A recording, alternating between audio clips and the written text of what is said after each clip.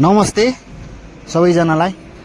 म तपाईहरुलाई यो गौँथली चराले चाहिँ 2082 साल वैशाख 30 गते मंगलबारको दिनदेखि यो म बसेको घरमा चाहिँ गुण लाउँदै गरेको देखेँ, सुरु गरेको देखेँ।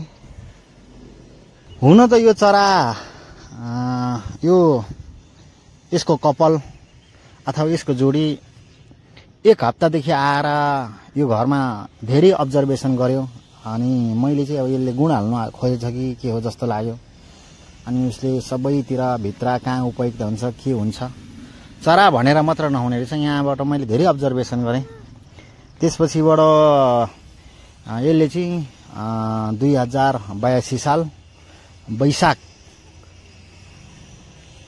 30 गते मंगलबारको दिनदेखि चाहिँ यसले गुण लाउन सुरु गरेको, जुन गुण चाहिँ मैले तपाईहरुलाई यहाँ देखाइराखेको छु। त्यसपछि मैले चाहिँ यहाँ हाम्रो घरबेटी अंकललाई आन्टीलाई उहाँहरुले रिक्वेस्ट गरेर त्यो बस्नको निम्ति उपयुक्त ठाउँ बनाऊ भनेर हामीले यहाँ बनाउँदै छौं। तपाईले यो भिडियो पनि यहाँ देख्न सक्नुहुन्छ। यो चाहिँ उसलाई गुड बनाउनको निम्ति बस्नको निम्ति आएर त्यहाँ बनाउनको निम्ति अलिक सहज होस् भनेर हामीले यसरी बस्ने ठाउँ बनायौं।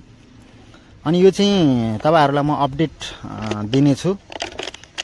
अनि गौँथलीले चाहिँ जुन पाए त्यही घरमा गएर गुड बनाउँदैन र यसको विशेषताको बारेमा, यो गौँथली चराको विशेषताको बारेमा मैले गुगलमा हेरेको थिएँ।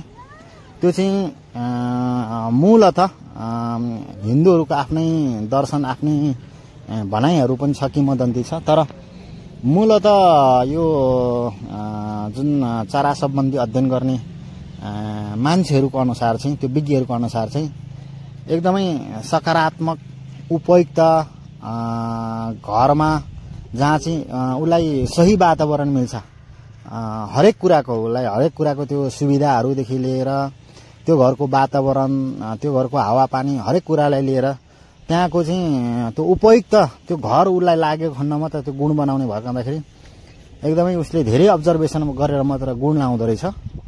अनि म तपाईहरुलाई यो चाहिँ एकपछि अर्को गर्दै देखाउने छु। अहिले चाहिँ अब भर्खर उसले सुरु गरेको छ। आज यो मैले भिडियो खिचेको चाहिँ उसले सुरु गरेको दोस्रो दिन 2082 साल वैशाख 31 गतेको दिन हो। अनि यसरी उसले चाहिँ यो दुईजना भएर चाहिँ यसरी गुड बनाउँदो रहेछन्।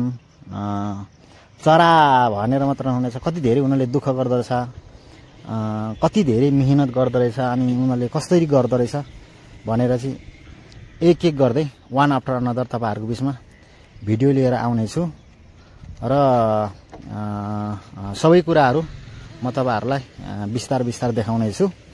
र यो मैले खिचेको भिडियो चाहिँ बिहान 9 बजेसम्मको, पछिल्लो समय चाहिँ 9:30 सम्मको हो।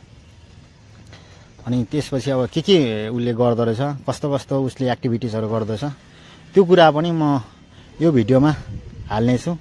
यहाँ तपाईले देखिरहनु भएको छ उसले निरन्तर यसरी काम गर्दो रहेछ है त। फेरि म अर्को भिडियोमा आउने छु। हवस्, धन्यवाद।